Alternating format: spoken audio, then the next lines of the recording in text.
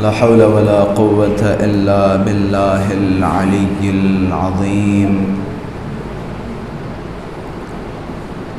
أعوذ بالله من الشيطان اللعين الرجيم.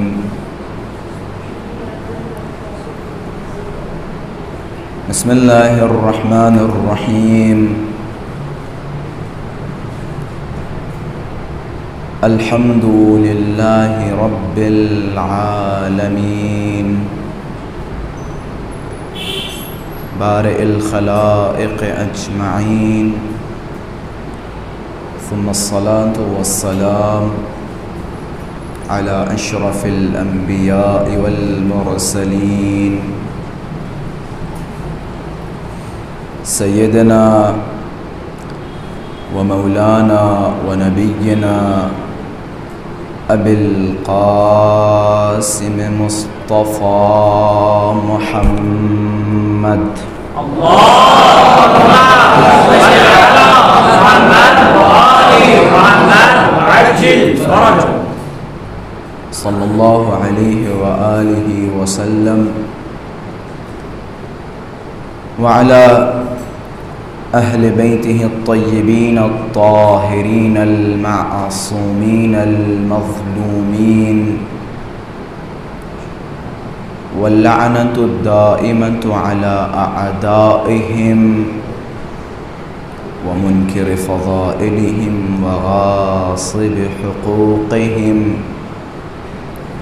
ومنكر معارفهم من الآن إلى قيام يوم الدين. أما بعد، فقد قال الله تبارك وتعالى في محكم كتابه ومتقن خطابه: بسم الله الرحمن الرحيم. وإذ قلتم يا موسى لن نؤمن لك حتى نرى الله جهرة فأخذتكم الصاعقة وأنتم تنظرون، ثم بعثناكم من بعد موتكم لعلكم تشكرون. صدق الله اللهم صل على محمد وآل محمد وعجل فرجه.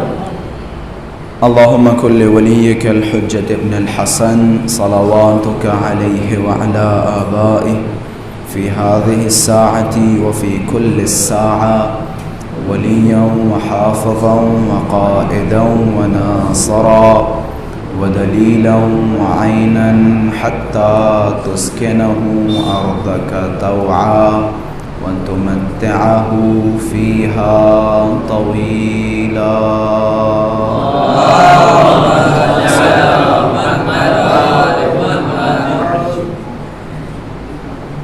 اللهم عجل لوليك الفرج والعافية والنصر، واجعلنا من أعوانه وأنصاره. وجود ذی الجود مسعود نازنین امام زمان عجل اللہ تعالی فرجہ الشریف کی سلامتی، اور حضرت کے ظہور میں تعجیل، علماء کرام، مراجعین کرام کی سلامتی، شیعیان حیدر کرار کی سلامتی، عزاداران سید الشہداء کی سلامتی، اور آپ سب اپنی سلامتی اور اہل خانہ کی سلامتی کے لیے باواز بلند صلوات ہدیہ فرمائیں۔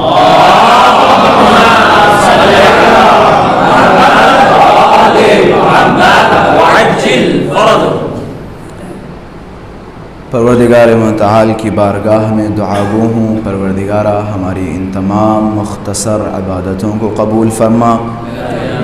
امام زمانہ عجل اللہ تعالی فرجہ الشریف کے ظہور میں تعجیل فرما، اور ہم سب کو ان کے ناصر و انصار میں شمار فرما۔ ہماری توفیقات خیر میں اضافے کے لیے باواز بلند صلوات ہدیہ فرما۔ اللہم صلی علی محمد و آل محمد وعجل فرجہ۔ عزیزان محترم، الحمدللہ خداوند متعال نے ہمیں توفیقات سے نوازا۔ سب سے پہلی نعمت جو خدا نے ہمارے دامن میں رکھی وہ اہل بیت علیہم الصلاۃ والسلام کے دروازے سے تمسک۔ یہی وجہ ہے کہ خطبات میں اور روایات میں موجود ہے کہ تم سب کا فریضہ ہے کہ اول نعم کا شکر ادا کریں۔ جو خدا نے تمہیں سب سے پہلی نعمت عطا کی، حتیٰ اس دنیا میں آنے سے پہلے، جب تم عالم زر میں تھے یا اس کے بعد یا اس سے پہلے جو عوالم گزرے، جب تمہارا وجود وہاں تھا، خدا نے ایک نعمت تمہیں وہیں دے دی تھی، اور وہ نعمت ہے نعمت ولایت اہل بیت علیہم السلام۔ تو سب سے پہلی نعمت کا شکر ادا کرو خداوند متعال کی خدمت میں۔ عزیزان محترم، ہم نے بچپنے سے جب ہمارا وجود اس دنیا میں آیا اور ہم نے اپنا ہوش سنبھالا تو ہمارے والدین نے سب سے پہلے ہماری انگلی پکڑی، اور پکڑنے کے بعد امام حسین کے دامن پہ رکھ دیا کہ، اور سب سے پہلا کلمہ جو ہمارے والدین نے ہمیں سکھایا وہ نام علی ہے۔ یہ ہمارے والدین کی طرف سے دی گئی نعمتیں ہیں جو ہم سب کے اندر الحمدللہ موجود ہیں، اور یہی وجہ ہے میں ایک خاص مقدمے کی طرف آپ حضرات کو لے جانا چاہتا ہوں۔ یہی وجہ ہے روایتوں میں مراراً و تکراراً حضرات معصومین نے فرمایا، جب بھی تم اپنے دلوں میں ہم اہل بیت کی محبت کا احساس کرو تو جاؤ اپنے والدین کا شکریہ ادا کرو، اپنے والدین کا شکریہ ادا کرو۔ اصل میں مسئلہ یہ ہے کہ ہمارے معاشرے میں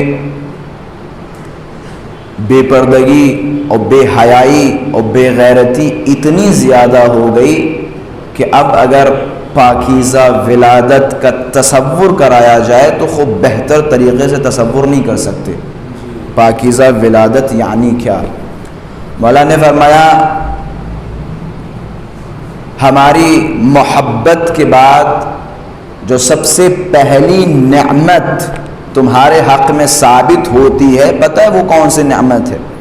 بے شک ہماری محبت کے اثرات ہیں، صراط پہ ہماری محبت کام آئے گی، اور قبر میں ہماری محبت کام آئے گی، حشر میں ہماری محبت کام آئے گی، لیکن تمہیں پتہ ہے اسی دنیا میں پہلا اثر کیا ہے ہماری محبت کا؟ کہ مولا کیا کہ جب بھی تم احساس کرو تمہارے دلوں میں ہماری محبت ہے تو سمجھ جاؤ طیب الولادہ، تمہاری ولادت پاکیزہ ہے، تمہاری ولادت پاکیزہ ہے۔ اور یہی وجہ ہے معصومین نے فرمایا کہ جب بھی من وجد فی قلبہ یا من وجد برد حبنا فی قلبہ فلیکثر الدعاء لأمہ، کہ جو بھی ہماری محبت کی ٹھنڈک اپنے دلوں میں محسوس کرے تو وہ جائے اپنی ماں کے لیے دعا کرے، کیونکہ اس کی ماں نے اس کے باپ کے ساتھ خیانت نہیں کی۔ وہ افراد جو سمجھ گئے، میں زیادہ اس حدیث کو کھولوں گا نہیں، اگر کوئی انسان ہماری محبت محسوس کر رہا ہے تو اپنی ماں کے لیے دعا کرے، کیونکہ اس کی ماں نے اس کے باپ کے ساتھ خیانت نہیں کی۔ اچھا، اس حدیث کو سننا ہو اور سمجھنا ہو تو دوسری حدیثوں کو پڑھیں، اور دوسری حدیثوں سے یہ حدیث بخوبی سمجھ میں آ جائے گی۔ آپ نے ماشاءاللہ سے بچپن سے سنا ہوگا، اور کیا جملے ہیں معصومین کے؟ یا علی، اے علی، آپ سے دشمنی نہیں کرے گا مگر یہ کہ وہ ولد الزنا ہو. ویلا پاک و صاف انسان آپ سے دشمنی نہیں کر سکتا، اور محبت علی ہر کسی کے دل میں نہیں آ سکتی. تو خلاصہ کلام، سب سے پہلی نعمت جو خداوند متعال نے ہمیں اور آپ کو عطا کی وہ ہے ہمارا تمسک، ہمارا جڑا رہنا اہل بیت کے دامن سے. اس سے بڑی نعمت کوئی نہیں، اس سے بڑی نعمت کوئی نہیں. اب آپ حضرات کو اسی مقدمے کے ساتھ ایک موضوع کی طرف لے کے چل رہا ہوں، اور ظاہراً میں نے قرآن مجید کی ایک آیہ کریمہ کی تلاوت کا شرف حاصل کیا ہے. ہم بچپن سے فرش اعضاء پہ آ رہے ہیں اور الحمدللہ بچپن سے اہل بیت کے دامن سے متمسک ہیں، لیکن آج بھی بہت سارے مطالب اور بہت سارے میدان اور بہت سارے معارف اہل بیت ایسے ہیں کہ جن تک ہماری سماعتیں نہیں پہنچی، یا جن موضوعات پہ ہم نے تقریریں نہیں سنی، یا اگر سنی بھی ہیں تو بہت کم، یا ہم نے مطالعہ نہیں کیا. گویا ہم یہ کہہ سکتے ہیں کہ ہماری اسی ملت تشیع یا معارف اہل بیت کے بہت سارے میدان ابھی بھی تشنا ہیں. انہی میدانوں میں سے ایک میدان ہے کہ جس میدان کا نام ہے میدان رجعت. ممکن ہے، میں بزرگوں سے تو نہیں کہہ رہا ہوں، لیکن ممکن ہے بعض بچوں کو پتہ بھی نہ ہو کہ رجعت کہتے کسے. تو لہذا میں نے آج کا موضوع رجعت اختیار کیا، اور رجعت کے حوالے سے انشاءاللہ میری کوشش یہ ہوگی کہ مختصر وقت میں ایک مکمل رجعت بیان کی جائے. رجعت یعنی کیا؟ سب سے پہلے ہم قرآن مجید کی طرف آئیں، لیکن قرآن مجید کی طرف آنے سے پہلے رجعت کا صرف لفظاً و اصطلاحاً معنی کرتا چلو. رجعت کا لفظی معنی ہے پلٹنا، از مصدر کرہ ہے.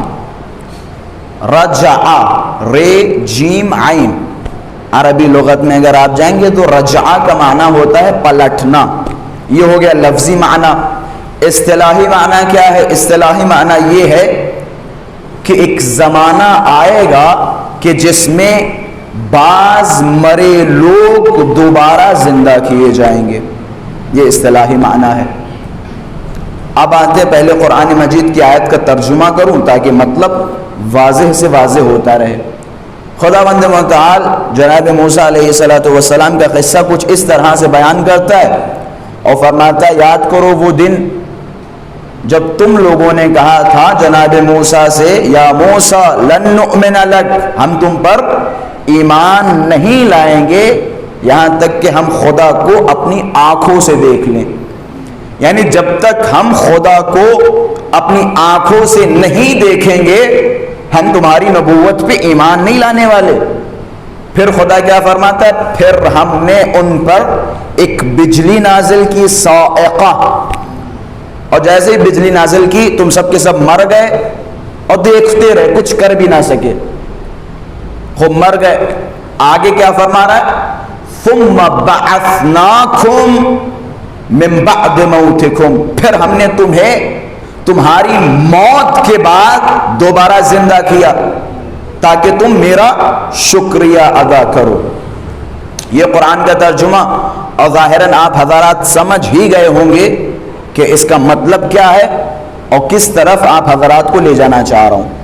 مسئلہ رجعت بہت اہم ہے. ہمارے اہل بیت کے بعض اسرار ہیں، سر کہتے ہیں بعض ڈیپ باتیں، بعض اندر کی باتیں جو ہر کسی کے سامنے بیان نہیں کی جا سکتی. مسئلہ رجعت کو اہل بیت نے اسرار آل محمد شمار کیا ہے. یعنی یہ آل محمد کے سر ہیں، سر جس کے بارے میں حضرات معصومین نے فرمایا یہ ایسے مسائل ہیں جو ہر کسی کے سامنے بیان نہیں کر سکتے.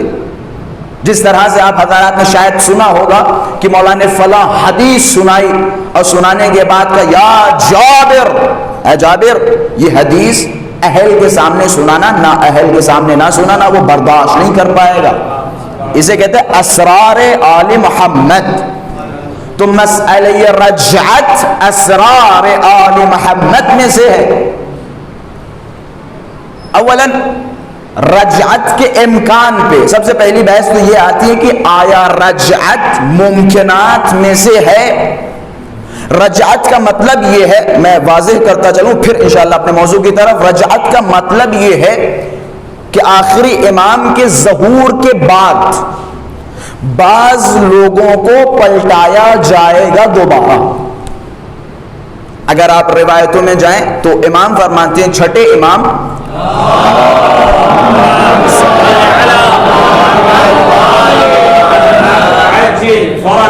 حضرت فرماتے ان الرجعہ لیست بعامہ، کہ رجعت عمومی نہیں ہے. ایسا نہیں ہے کہ ہر آدمی دوبارہ پلٹایا جائے گا اور ہر آدمی دوبارہ قبروں سے زندہ کیا جائے گا. عمومی نہیں ہے، رجعت خصوصی ہے. رجعت کن کی ہوگی؟ مؤمن خاص و مشرک خاص.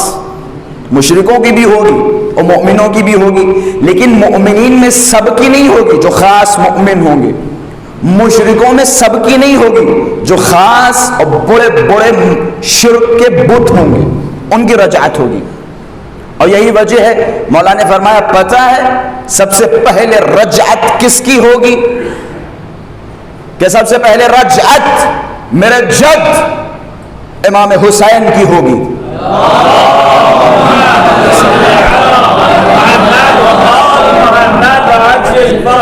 سب سے پہلے رجعت سید الشہداء کی ہوگی اپنے اصحاب کے ساتھ.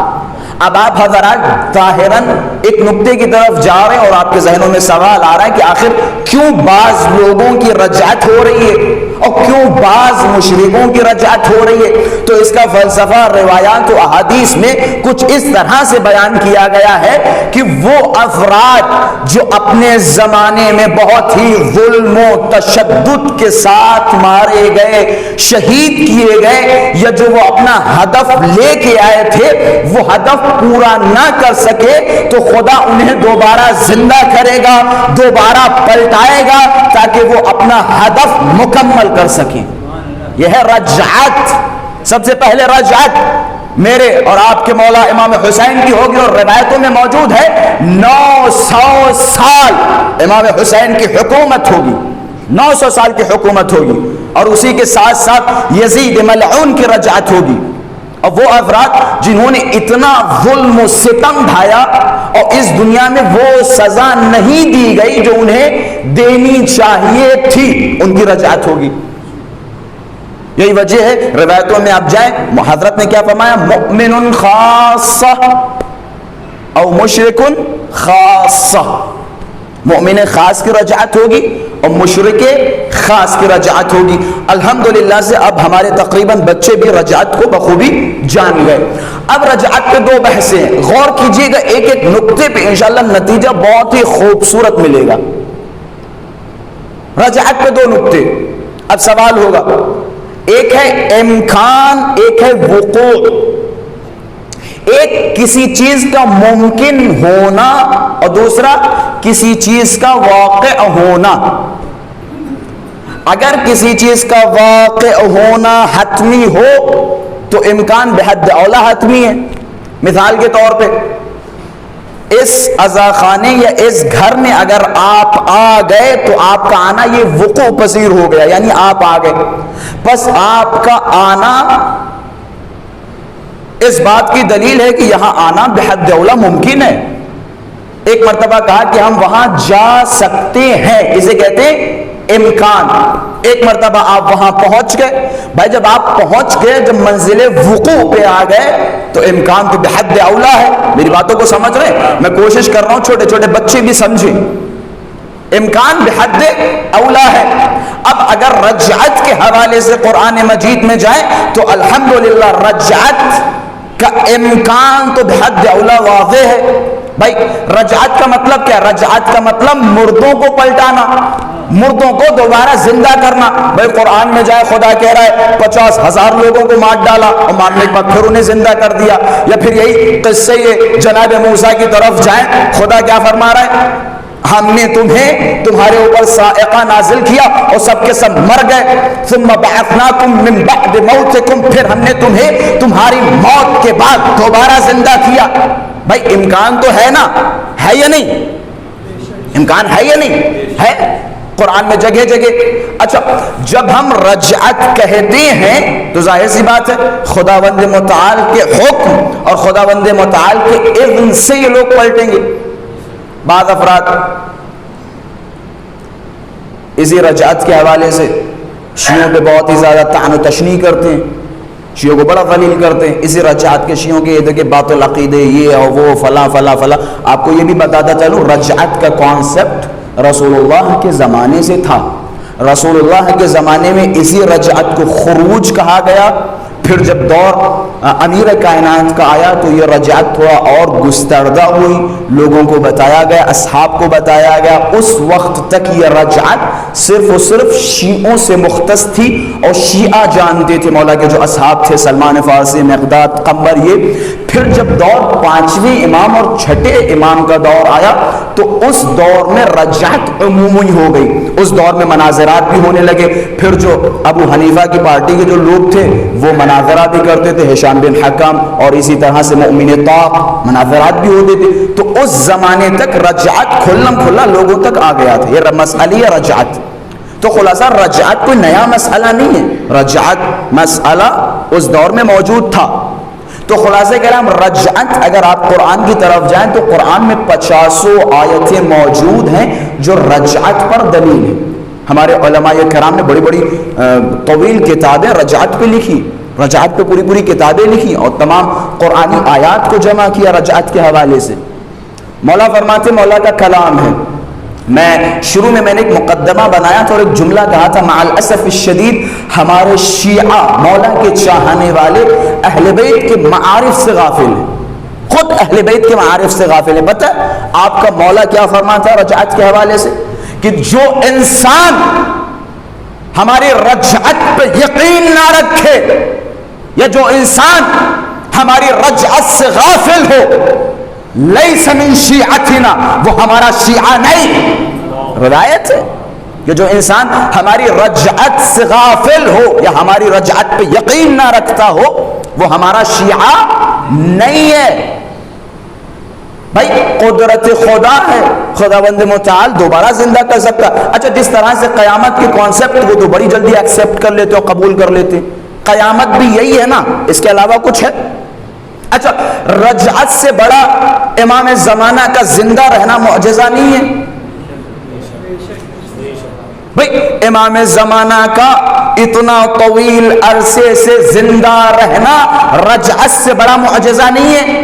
اچھا امام زمانہ کا زندہ رہنا اور ظہور کرنا کافی طویل عرصے کے بعد یہ تو قبول کر لیتے ہیں، لیکن جب مسئلہ رجعت کا آتا ہے قبلہ رجعت سمجھ میں نہیں آ رہی رجعت کیا، اور اتنا آسان مسئلہ ہے، اتنا آسان مسئلہ ہے کہ خود نماز فجر کے بعد توقع کرتے ہیں پروردگارہ ہمیں کب زندہ کرو گے، ہے یا نہیں؟ بھائی غور نہیں فرمایا آپ نے؟ دعائے عہد پڑھتے یا نہیں پڑھتے؟ اللہم ان حال بینی و بینہ الموت الذي جعلته على عبادك حتما مقضيا فاخرجني من قبري معتذرا كفني شاهرا سيفي مجردا قناتي ملبيا دعوة الداعي في الحاضر والبعد۔ پڑھتے یا نہیں پڑھتے؟ پروردگارہ امام زمانہ کے ظہور سے پہلے اگر ہمیں موت آ جائے تو جب امام تشریف لائے تو ہمیں ہماری قبروں سے باہر نکال۔ بھائی رجعت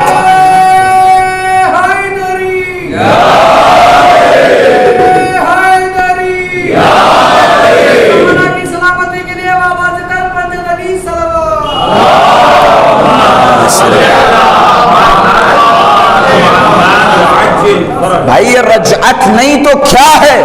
بھائی روایتیں نہیں پڑھی؟ جو بھی امام زمانہ کا انتظار کرتے کرتے مر جائے در حال انتظار، تو جب امام زمانہ کا ظہور ہوگا تو اسے اس کی قبر سے نکالا جائے گا کہ آؤ تمہارا مولا ظہور کر چکا ہے۔ یہ رجعت ہے، یہ آپ کی رجعت ہے۔ میں نے کہا نا مؤمن خاص اور مشرک خاص. اور یہ بھی ماشاءاللہ سے آپ حضرات نے سنا ہوگا, اور بعض کی قبروں پہ امام زمان جائیں گے اور کہیں گے اٹھو اب تمہیں سوالوں کے جواب دینے ہیں,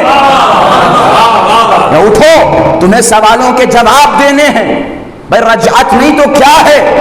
رجعت ہے یا نہیں؟ تو مسئلہ یہ رجعت اتفاقی ہے, اتفاقی ہے. تمام علماء یہ تشیع کا اتفاق ہے. مسئلہ یہ رجعت پہ اپنے بچوں کو سکھائیں, اپنے بچوں کو بتائیں. معارف اہل بیت, معارف اہل بیت ہم سب کا فریضہ ہے کہ ہم اپنے بچوں کو بتائیں, سمجھائیں, سکھائیں. مولا نے فرمایا رجعت سب سے پہلے امام کی ہوگی, پھر اس کے بعد انبیاء کی ہوگی, اوصیاء کی ہوگی, پھر بہت سارے طبقوں کی رجعت ہوگی امام زمانہ کے ظہور کے بعد. اچھا اب میں ایک مقدمہ اور بیان کرتا چلوں. تقریباً رجعت اور ظہور میں بہت ہی زیادہ اور گہرا تمسک ہے, بہت خاص تمسک ہے. یہی وجہ ہے کہ جب بھی رجعت کی بات آتی ہے تو امام زمانہ کی بات خود بخود آ جاتی ہے. اس کی وجہ کیونکہ رجعت ہوگی امام زمانہ کے ظہور کے بعد. کہتے ظاہر سی بات ہے ہم اور آپ بھی توقع کریں گے کہ ہماری بھی رجعت ہو, ہمیں بھی دوبارہ پلٹایا جائے. اب 5 گروہ ایسے ہیں کہ جن کی رجعت امام زمانہ کے ظہور کے بعد ہوگی. پہلا, امام فرماتے ہیں سب سے پہلے سید الشہداء کی رجعت ہوگی, پھر اس کے بعد کوفے کے پیچھے سے 27 لوگ ہاتھوں میں پرچم لیے امام زمانہ کی خدمت میں آئیں گے. ان 27 لوگوں میں سے 7 اصحاب کہف ہوں گے اور باقی اصحاب حضرت موسیٰ ہوں گے. پھر اس کے بعد چھٹے امام فرماتے مفضل سے مفضل جب ہمارا قائم قیام کرے گا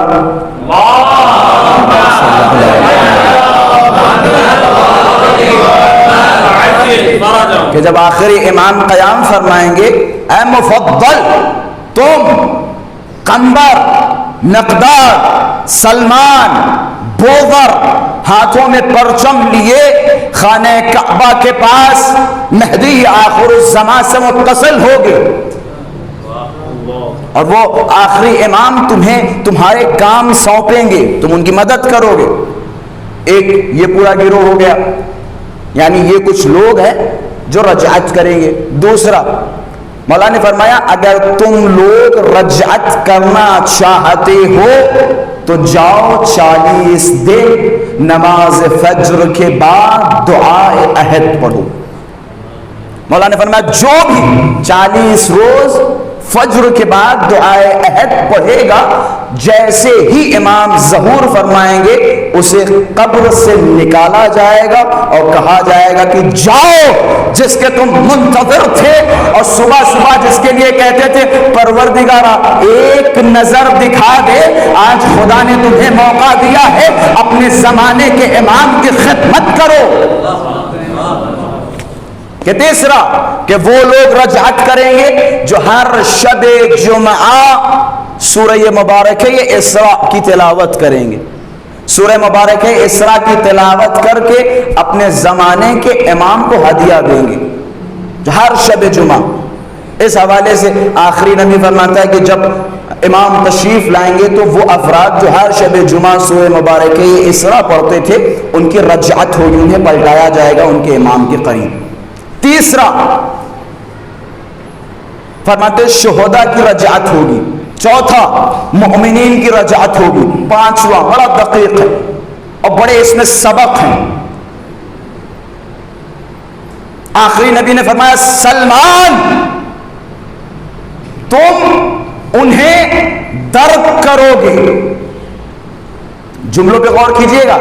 اے سلمان تم انہیں درک کرو گے. کسے؟ امام مہدی کو تم درک کرو گے. اور آگے کے جملوں پہ غور کیجئے گا. حضرت فرما رہے سلمان تم امام مہدی کو درک کرو گے, اور ہر وہ آدمی اپنے زمانے کے امام کو درک کرے گا جس کی معرفت ولایت کے مطابق تمہارے جیسی ہو. میں نے جملہ کہہ دیا کہ سلمان تم مہدی کو درک کرو گے، اور ہر وہ انسان کہ جس کی معرفت، جس کی شناخت تم جیسی ہو۔ اچھا بھائی، سلمان نے کس طرح پہچانا تھا اہل بیت کو؟ سلمان کی معرفت بنسبت اہل بیت کیسی تھی؟ بھائی سلمان میں کون سی کوالٹیز تھی معرفت کے حوالے سے؟ پتہ ہے سلمان کی معرفت کیسی تھی؟ رسول اللہ نے کسی جنگ میں فرمایا کہ جو بھی ہمیں سب سے پہلے خبر دیا کہ علی جیت گئے، اسے ہم انعاموں سے نوازیں گے۔ سب کی معرفت دیکھیں اور جناب سلمان کی معرفت دیکھیں، سب بھاگ گئے کہاں کہ بھئی دیکھنے جا رہے ہیں اور دیکھیں علی آج جیتیں گے یا ہاریں گے تاکہ ہم رسول اللہ کو خبر دیں گے۔ سب بھاگ رہے ہیں، جناب سلمان خیمے کے باہر کھڑے، اور جیسے ہی لوگوں کو آتے ہوئے دیکھا خیمے میں کہ کیا یا رسول اللہ علی جیت گئے، کہ یا رسول اللہ علی جیت گئے۔ رسول اللہ کے چہرے پہ مسکراہٹ ہے کہ سلمان مجھے پتا ہے تم تو گئے ہی نہیں، پھر تمہیں کیسے پتا چلا؟ کہ یا رسول اللہ میں سوچ کیسے سکتا علی ہار گئے، میں سوچ کیسے سکتا ہوں علی ہار گئے۔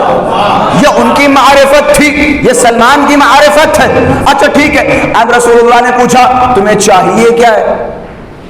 اب اچھا ہم اور آپ ہوتے، یہی وجہ بار بار کہہ رہے ہیں سلمان جیسی معرفت رکھو اپنے امام زمان کی، ویسی معرفت رکھو جیسی معرفت سلمان کو اپنے زمانے کے امیر کی تھی، ویسی معرفت ہو۔ خوب اچھا رسول اللہ نے فرمایا سلمان بتاؤ اب تمہیں چاہیے کیا؟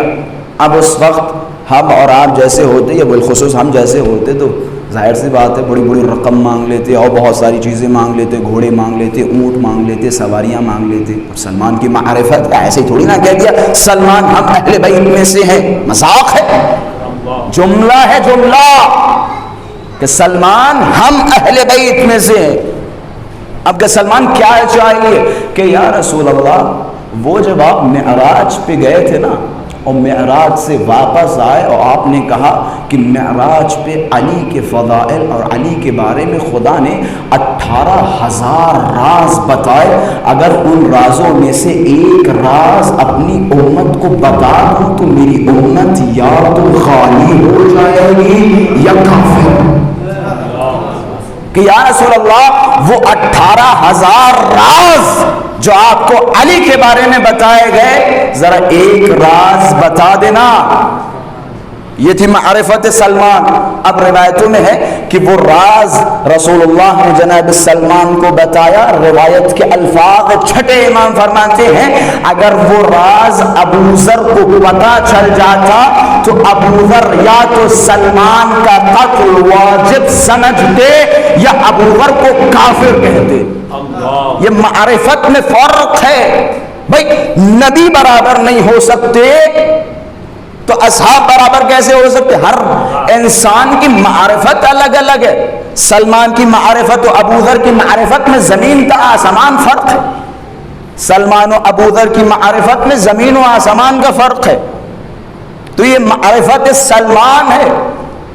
سلمان کی معرفت ایک طرف پوری دنیا علی کے دامن کو چھوڑ رہی، لیکن سلمان علی کے دامن سے متصل ہو رہے۔ بھائی جملہ ہے جناب سلمان کا، جناب سلمان کسی عرب کو نصیحت کرتے ہوئے فرما رہے کہ سنو، اگر پوری دنیا تم دیکھو، اگر پوری دنیا غیر علی سے متصل ہو رہی ہے، غیر علی کے دروازے پہ جا رہے اور علی کی واحد ذات علی ابن ابی طالب تنہا ایک راستے پہ جا رہے ہیں، تو تم یہ نہ سوچنا کہ پوری دنیا ادھر جا رہی ہے، تم یہ سوچنا علی کدھر جا رہے ہیں،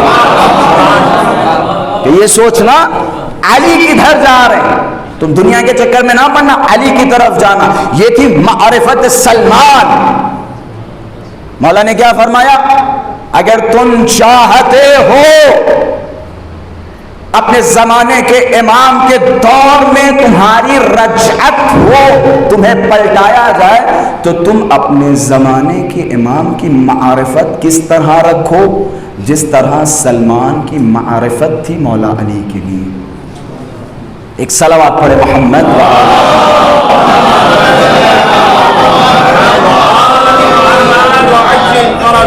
تو خلاصہ رجعت امکان میں سے، اور رجعت عمومی نہیں ہے، خصوصی ہے، ہر کسی کی رجعت نہیں ہوگی۔ اب یقیناً ایسا کوئی شیعہ نہیں، بس میں اپنے اختتام کی طرف آ رہا ہوں، ایسا کوئی شیعہ نہیں، ایسا کوئی مولا کا چاہنے والا نہیں جس کی تمنا یہ نہ ہو کہ ہم اپنے زمانے کے امام کو درک کریں۔ ہر انسان کی تمنا ہے کہ پروردگارہ ہماری زندگی میں وہ دل لائے کہ ہم اپنے زمانے کے امام کو دیکھیں۔ میں نے نجف اشرف میں دیکھا کہ بعض لوگ جب زیارتوں پہ آتے ہیں تو اگر ان کی ملاقات نہیں ہو پاتی آیت اللہ سیستانی سے تو وہ پریشان ہو جاتے ہیں، اور اتنا قبلہ یہ کروا دیں، قبلہ وہ کروا دیں، قبلہ صرف ایک زیارت کروا دیں۔ اب ذرا سوچیں، ایک وہ انسان جو اہل بیت کے دروازے کا خادم ہے، ایک وہ انسان حالانکہ خود ان کے جو ملاحت ہیں جو اہل بیت کے غلاموں کا غلام ہے، اس انسان کیونکہ وہ اہل بیت کے دروازے سے متصل ہے تو اس کی عظمت اور اس کی ضرورت ہمیں اور آپ کو اتنی زیادہ کہ ہم ایک زیارت کے مشتاق اور ایک زیارت کے منتظر ہیں۔ تو ذرا سوچو اہل بیت کے چاہنے والوں کے دلوں میں امام زمانہ کے لیے کس طرح کا اشتیاق ہونا چاہیے، کس طرح کا اشتیاق ہونا چاہیے۔ اصل مسئلہ یہ ہے کہ ہمارے اندر تڑپ نہیں ہے، کشش نہیں ہے، ہم مشتاق نہیں ہیں۔ فرض کریں آپ کا کوئی بیٹا آپ کے گھر کا کوئی آدمی مثلا کسی دنیا کے دور ملک میں پڑھ رہا ہو اور 2-3 سال کے بعد فون آئے کہ آپ کا فلاں بیٹا آنے والا ہے، اور جیسے جیسے لمحات قریب ہوتے رہیں گے آپ کی تڑپ، آپ کا اشتیاق بڑھتا رہے گا۔ بھائی آپ کو پتہ ہے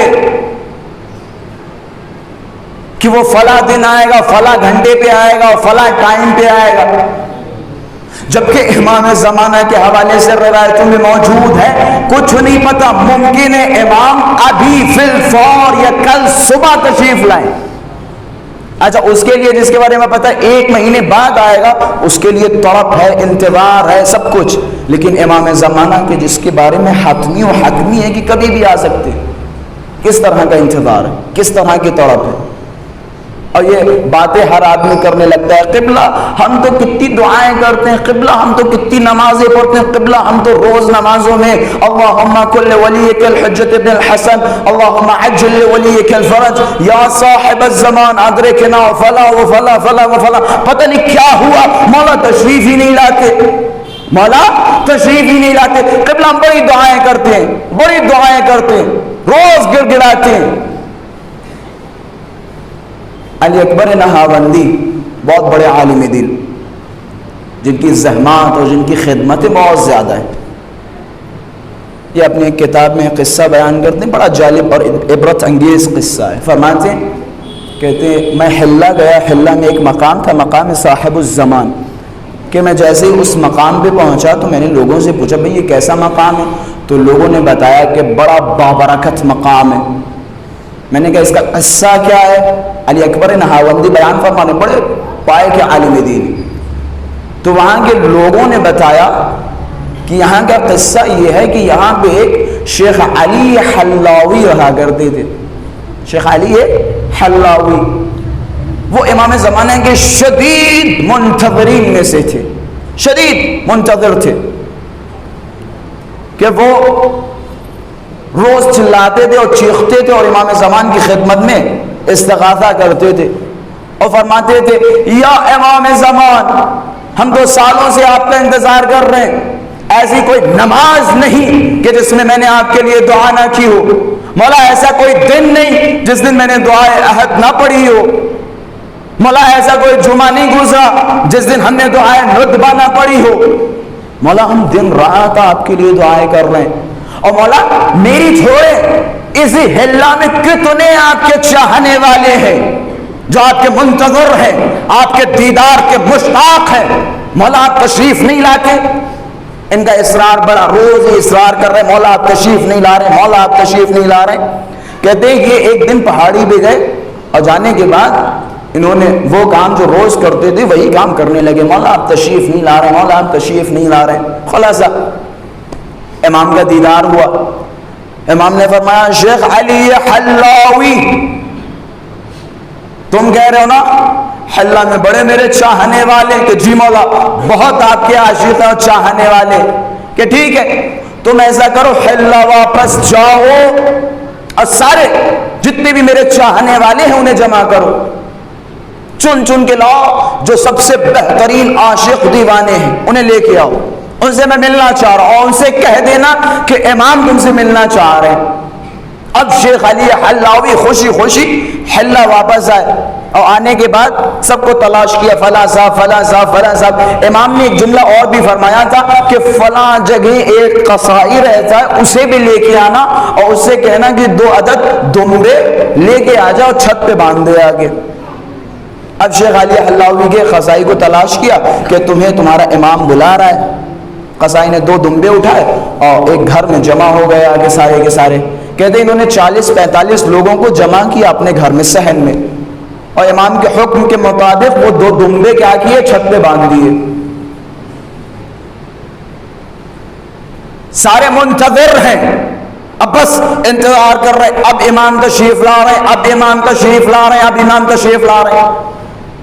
تھوڑی دیر کے بعد چھت سے آواز آئی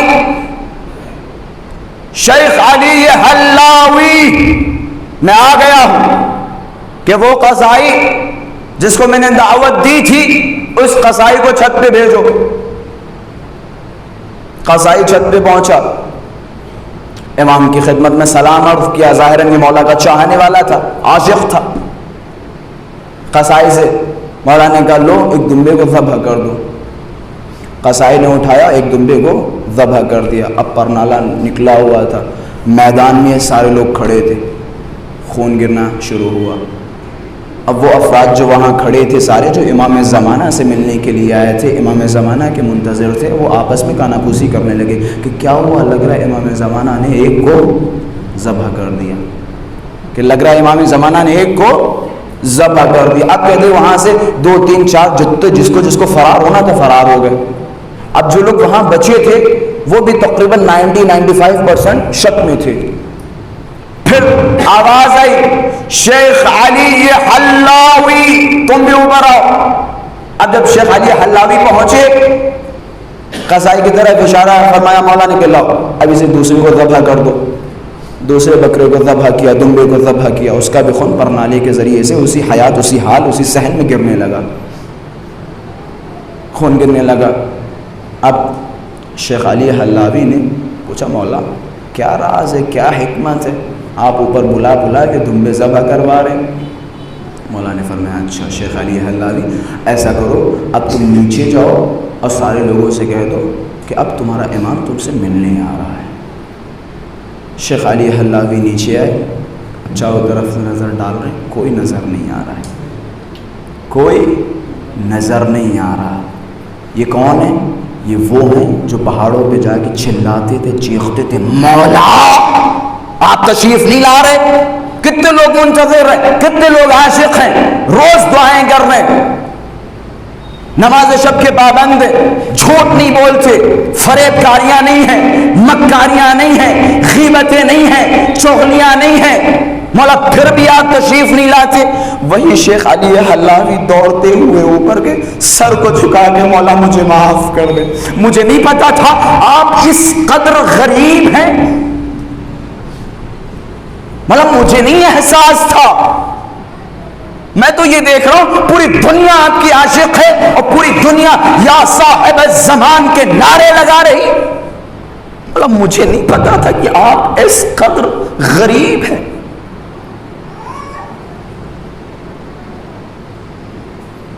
11 اماموں کی زندگی ہماری نظروں کے سامنے گزری, پھر بھی ہم نے کبھی غور و فکر نہیں کیا.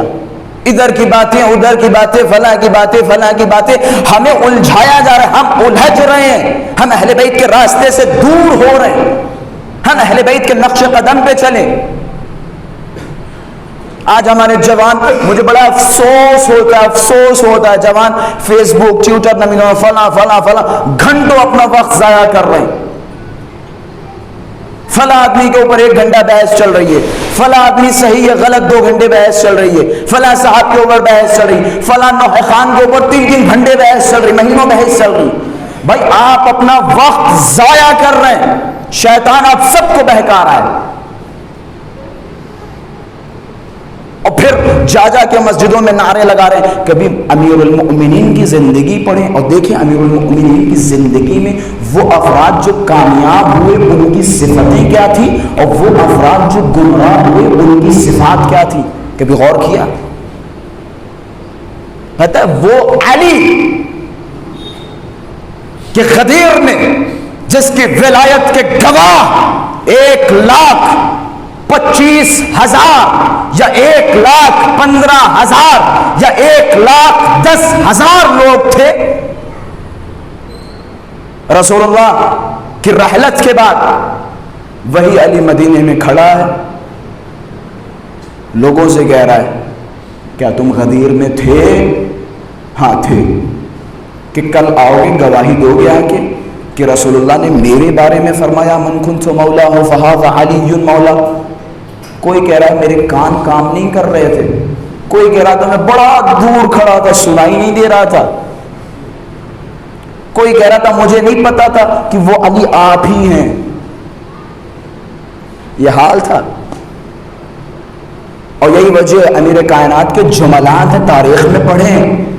لوگ آ رہے ہیں بار بار مولا آپ قیام کریں، ہم آپ کے ساتھ ہیں، ہماری تلواریں آپ کے ساتھ ہیں. مولا نے کہا اچھا کہ جاؤ کل اپنے سروں کے بال منڈوا کے آ جانا. دوسرے دن مولا بال سے کیا تعلق، ہم تو ہیں، ہماری جانیں تو ہیں آپ پہ فدا کرنے کے لیے. حضرت امیر کا جملہ کہ وہ آدمی جو راہ علی میں بال نہ دے سکے کیسے ممکن ہے وہ اپنی گردنیں دے دیں گے؟ کیسے ممکن ہے وہ اپنی گردنیں دے دیں گے؟ اچھا آج کے زمانے میں معذرت، میری عادت ہے میں طنز و طعن کا قائل نہیں ہوں، میں طنز و طعن نہیں کرتا، کسی کی توہین منبر پہ بیٹھ کے نہیں کرتا، کسی کو ذلیل و رسوا نہیں کرتا، ایک مؤدبانہ بچوں سے مخاطب ہوں. اچھا جو مثال وہاں پہ تھی کہ جو لوگ راہ علی میں بال نہ دے سکیں کیسے ممکن ہے وہ علی کے لیے اپنی گردنیں کٹوا دیں گے؟ کیا وہی مثال فی الحال ہمارے اوپر تطبیق نہیں ہوگی؟ وہ آدمی جو اپنے وقت کے امام کے لیے 1 گھنٹہ نہ نکال سکے، وہ آدمی جو ایک مجلس کے لیے 40 منٹ نہ نکال سکے، وہ آدمی جو ایک دعا کے لیے 10 منٹ نہ نکال سکے، وہ آدمی جو ایک نماز کے لیے 5 منٹ نہ نکال سکے، کیسے دعوے کر سکتا ہے کہ امام زمان آئیں گے، ہمارے ہاتھ میں تلوار ہوگی، ہم فلاں صاحب کو ماریں گے اور فلاں صاحب کو ماریں گے؟ آپ چھوٹے چھوٹے امتحان میں فیل ہو رہے ہیں، وہ بڑا امتحان ہے، کہنا بڑا آسان ہے اور زیارتوں میں پڑھتے کاش ہم آپ کے ساتھ ہوتے اور ہم بھی اصحاب حسین کی طرح کامیاب ہو جاتے. کبھی غور کیا اصحاب حسین میں تھا کیا اور صفتیں کیا تھی؟ اصحاب حسین ہماری اور آپ کی طرح نہیں تھے. اصحاب حسین وہ تھے جو لپک لپک کے تیروں کو اپنے سینوں پہ لے رہے تھے. اصحاب حسین وہ تھے کہ جنہوں نے اپنی جانیں مولا پہ فدا کر دی. اصحاب حسین وہ تھے کہ جنہیں پتہ ہے میرے سامنے موت کھڑی ہے اور اپنی زوجہ سے کہہ رہے ہیں دائرم میں تمہیں طلاق دیتا ہوں. کیوں؟ کہ جس راستے پہ میں جا رہا ہوں اس راستے پہ صرف موت ہے، بس اس کے علاوہ کچھ نہیں، میں تمہیں طلاق دے رہا ہوں. یہ اصحاب حسین تھے. اور ہم کہیں کاش ہم ہوتے اور تو ضرور امام زمانہ یا امام حسین کے سپاہیوں میں سے ہوتے اور امام کی طرف سے تلوار چلاتے. کہ آج ہم اپنے زمانے کے امام کے لیے نہیں کر سکتے کچھ؟ اصحاب حسین اصحاب حسین، کبھی اصحاب حسین کی صفات پہ تو غور کریں. امیر المؤمنین کے زمانے میں نے کہا نا کہ کس طرح سے لوگ ارے مولا ہم یہ کر دیں، مولا ہم وہ کر دیں. مولا نے کہا جاؤ بال کٹوا کے آؤ. بال نہ کٹوا سکے تم میری مدد کرو. حضرت کی انتہائی غربت اور تنہائی بتاؤں، یقیناً آپ حضرات کے چہرے بہت بہترین ہیں، بہت بہترین نظر آ رہے ہیں، الحمدللہ سب غور و فکر سے سن رہے ہیں. ایک انتہائی غربت بتاؤں، انتہائی غربت، انتہائی غربت. حضرت کی انتہائی غربت یہ ہے کہ حضرت نے رسول اللہ کی رحلت کے بعد فرمایا لو وجدت 40 ذوی عزم لناهضت القوم، اگر میرے پاس 40 جوان مرد ہوتے تو میں ان سے لڑتا، قیام کرتا اور اپنا حق چھینتا۔ یہ انتہائی غربت ہے۔ وہ علی ملائکہ جس کی امامت کے قائل ہوں، وہ علی کہ فرشتوں نے جس کے ہاتھوں پہ بیعت کی ہو، وہ علی اجنہ نے جس کی امامت قبول کی ہو، وہ علی کہہ رہا ہے کہ اگر میرے پاس 40 لوگ ہوتے تو میں ان سے لڑتا اور اپنا حق چھینتا۔ کیسے دن آ گئے تھے؟ امام رضا کی خدمت میں کچھ افراد خراسان سے آئے اور آنے کے بعد کہ مولا خراسان میں بہترین میدان آپ کے لیے بنا رکھا ہے اور بڑے شیعہ خراسان میں آپ کے چاہنے والے آپ کے منتظر ہیں، بس آپ تشریف لائیں۔ کہ اچھا، کہ کتنی تلواریں؟ کہ مولا 1000 سے زیادہ تلواریں آپ کے لیے ہیں، آپ تشریف لائیں۔ مولا نے کہا اچھا تم کون ہو؟ کہ ہم ان سب کے سربراہ ہیں، ہم ان سب کی نیابت کے لیے آئے۔ مولا نے کہا اچھا کہ اللہ تعالی ادخلوا فی هذا التنور، کہ ذرا آؤ نزدیک، اس تنور میں کود جاؤ۔ اب دیکھ رہے ہیں عجیب، یا ابا الحسن، کیا آپ ہمیں آگ میں جلانا چاہتے ہیں؟ یہ آئے تھے تلواریں، ننگی تلواریں لے لے کے۔ مولا نے کہا تنور میں کود جاؤ۔ کہ مولا آپ ہمیں تنور میں جلانا چاہ رہے ہیں؟ مولا خاموش تشریف فرمائے۔ مولا کا غلام تاریخ نے جسے ہارون مکی کہا آخر میں داخل ہوا۔ مولا نے ہارون مکی کی طرف اشارہ کیا، فرمایا یا ہارون ادخل فی هذا التنور، ہارون آؤ اس تنور میں کودو۔ ہارون نے یہ نہیں پوچھا مولا کیوں، کس لیے۔ ہارون آیا، آنے کے بعد تنور میں بسم اللہ، تنور کے اندر۔ اب یہ سارے وہاں پریشان بیٹھے کہ اب تو جل کے راکھ ہو گیا ہوگا۔ تنور کھولا گیا تو دیکھا ہارون تسبیح پڑھ رہے ہیں۔ پھر یہاں پہ جملہ، یہ قصہ تو سنا ہوگا آپ حضرات نے ضرور، لیکن یہاں پہ جو جملہ قابل غور ہے، حضرت مخاطب ہوئے، فرمایا اے خراسانیوں بتاؤ تمہارے خراسان میں ہارون جیسے کتنے ہیں؟ یہ بتاؤ کتنے؟ جملہ دیکھیں جملہ کہ یا ابا الحسن لا اللہ، خدا کی قسم ایک بھی ہارون مکی جیسا نہیں۔ پھر کہہ رہے ہیں امام قیام کرے، امام لڑے۔ امام کے لیے بہترین دور تھے۔ پتہ ہے امام حسن نے کیوں صلح کی؟ جس کے بابا نے جس سے جنگ کی ہو، امام حسن نے صلح مجبوری پہ کی تھی۔ بھرے مدینے میں، بھرے بازار میں امام حسن کے چاقو مارا گیا، بھرے بازار میں۔ اتنا غریب، امام کی دشمنی گھر تک آ گئی تھی، گھر میں دشمن تھا، اتنی غربت و تنہائی تھی۔ ہم نے یہ سارے قصات پڑھے اور سارے واقعات پڑھے، پتہ نہیں کیا ہو گیا ہے، ہم پھر بھی سبق نہیں لے رہے ہیں، درس نہیں لے رہے ہیں، اپنے زمانے کے امام کے لیے کوئی بھی قدم نہیں اٹھا پا رہے ہیں۔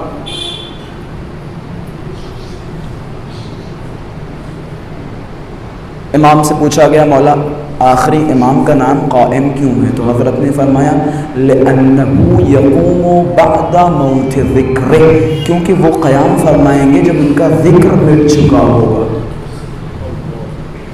شاید خدا نہ کرے یہ حقیقت ہو، لیکن کیا آپ کو نظر نہیں آتا امام زمان کا ہلکا ہلکا ذکر کتنا کم ہو چکا ہے، لوگ کتنے غافل ہیں؟ امام زمانہ کے حوالے سے بہت زیادہ غفلت ہے، بہت زیادہ غفلت ہے، بہت زیادہ غفلت ہے۔ امام زمانہ کی معذرت کے ساتھ میں ایک جملہ کہتا چلوں اور کوئی اپنے اوپر نہ لے۔ امام زمانہ کا فی الحال اگر مجلسوں میں تذکرہ کیا جائے اور فی الحال بیان کیا جائے تو کہتے ہیں بھائی مزہ نہیں آ رہا ہے، مزہ نہیں آ رہا ہے، پتہ نہیں کس مزے کی تلاش میں ہے۔ پتہ سب سے بہترین مزہ کیا ہے، لذت کیا ہے؟ سب سے بہترین لذت یہ ہے کہ انسان اپنے وقت کی امام سے متصل ہو، سب سے بہترین لذت ہے۔ اور یہ لذت پتہ ہے کیسی ہے؟ اس کا مزہ بتاؤں کیسا ہے؟ آپ مجھ سے کہیں قبلہ مٹھائی کا مزہ بتا دے تو میں بتا پاؤں گا؟ میں کہوں گا میٹھا، تو آپ کہیں گے میٹھا کیا ہوتا ہے؟ ایک طریقہ ہے مٹھائی کا مزہ بتانے کے لیے، مٹھائی اٹھاؤں گا اور آپ کے منہ پہ رکھ دوں گا کہ دیکھو بھیا ایسا ہوتا ہے مزہ۔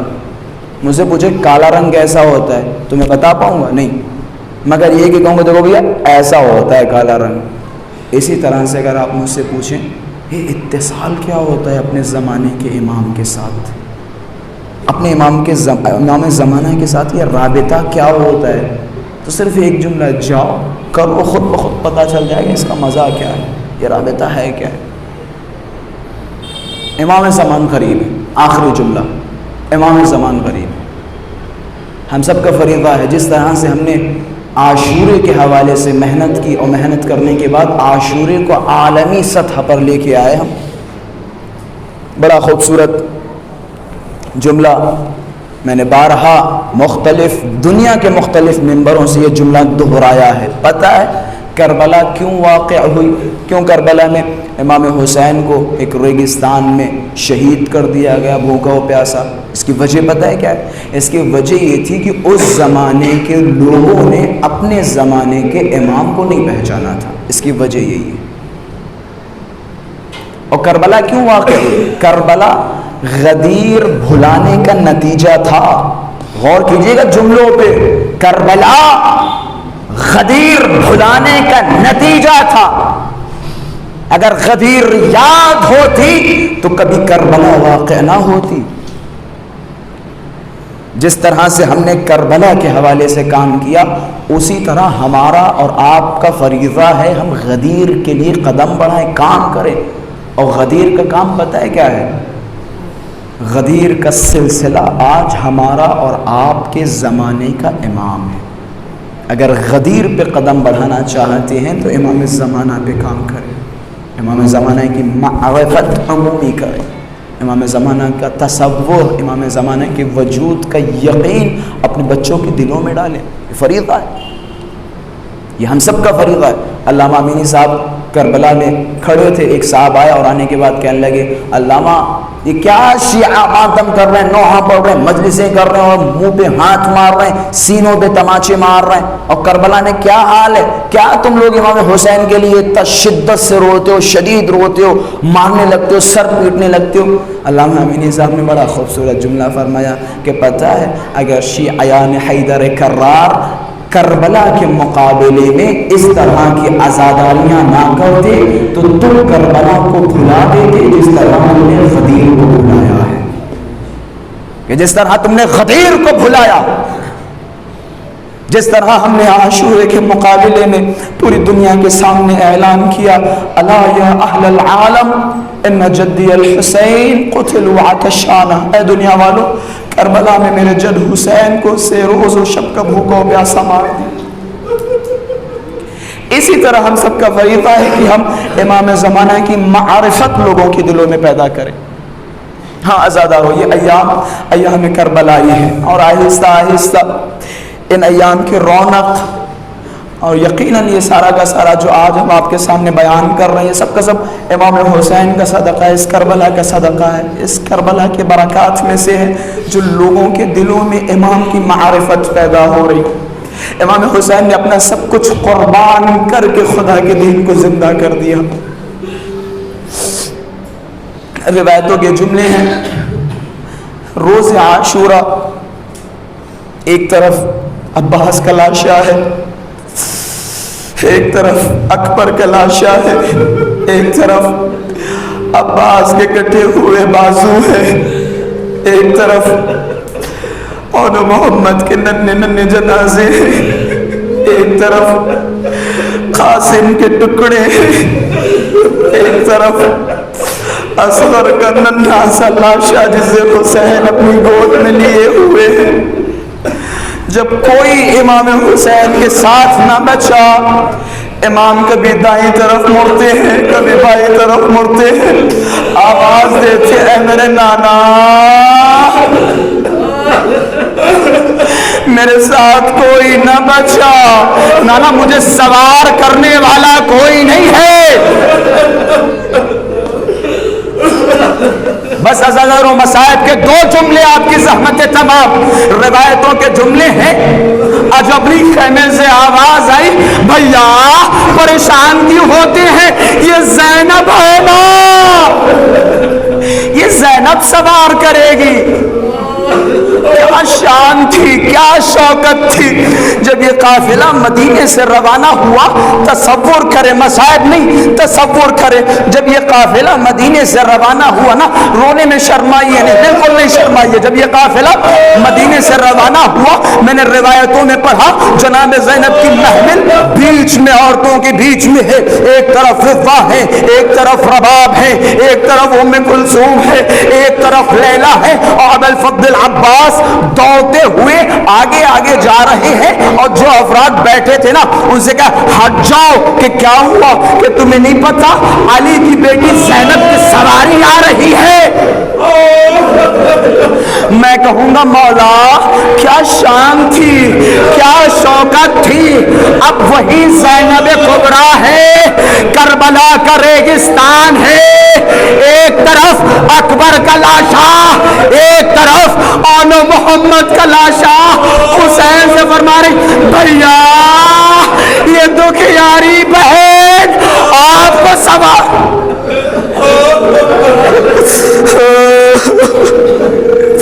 مزازادار ہو ایک روایت آپ کی زحمت تمام۔ اب جب امام حسین گھوڑے پہ سوار ہوئے نا، اب امام حسین بار بار زلجنہ کی طرف دیکھ رہے، زلجنہ آگے نہیں بڑھتا۔ عجب نہیں، امام نے فرمایا اے زلجنہ یہ تیرے مولا کی آخری سواری ہے، اس کے بعد یہ حسین تیری پشت میں سوار نہ ہوگا، مجھے مقتل تک لے چل۔ عجب نہیں، جانور کی آنکھوں میں آنسو آئے، جانور کی زبان نہیں ہے، لیکن جانور اشاروں کے ذریعے اپنا سر جھکاتا ہے۔ اور عجب نہیں، امام حسین سے کہتا ہے ارے میرے آقا، میرے مولا، ارے میں کیسے اپنے پیروں کو اٹھاؤں، آپ کے سینے پہ سونے والی میرے سنوں سے لپٹی ہے، آپ کے سینے پہ سونے والی میری سونوں سے لپٹی ہے۔ روایتوں میں ملتا ہے جب پوچھا گیا، ایک مرتبہ سید سجاد سے پوچھا گیا مولا آپ کے لیے سب سے سخت مرحلہ کیا تھا؟ عجب نہیں، سید سجاد نے فرمایا الشام، الشام۔ میں کہوں گا مولا شام میں ایسا کیا ہوا؟ مولا فرماتے ہیں تمہیں نہیں پتا، شام کی تنگنیاں تھی، منادی ندا دے رہا تھا ارے یہودیوں، اے دشمنان خدا ذرا باہر نکلو، دیکھو یہ علی کے لاڈلے زینب ہے، یہ سکینہ ہے۔ اب جب باہر نکلے کسی کے ہاتھ میں پتھر، کسی کے ہاتھ میں ریت،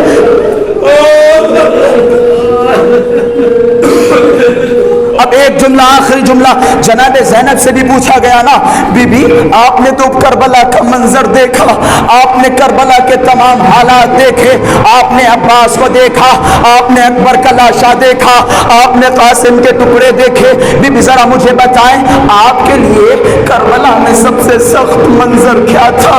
عجب نہیں، جناب زینب کبریٰ نے فرمایا کہ میں ایک اونچائی پہ کھڑی تھی، میرا بھیا حسین گھوڑے پہ ڈگمگا رہا تھا، گھوڑے سے زمین پہ آیا، چاروں طرف سے میرے بھیا حسین کو گھیر لیا، کسی کے ہاتھ میں نیزہ تھا، کسی کے ہاتھ میں تلوار تھی، کسی کے ہاتھ میں بھالا تھا، اب جن کے ہاتھوں میں کچھ نہیں تھا وہ زمین پہ جھکے، پتھروں کو لیا، حسین پہ مارنا شروع کیا۔ ارے میں نے دیکھا وَالشِّمْرُ جَالِسٌ عَلَى صَدْرِ، شیم میرے ماں جائے کے سینے پہ بیٹھا، آہستہ آہستہ گردن کو ذبح کر رہا۔ ارے شیم میرے ماں جائے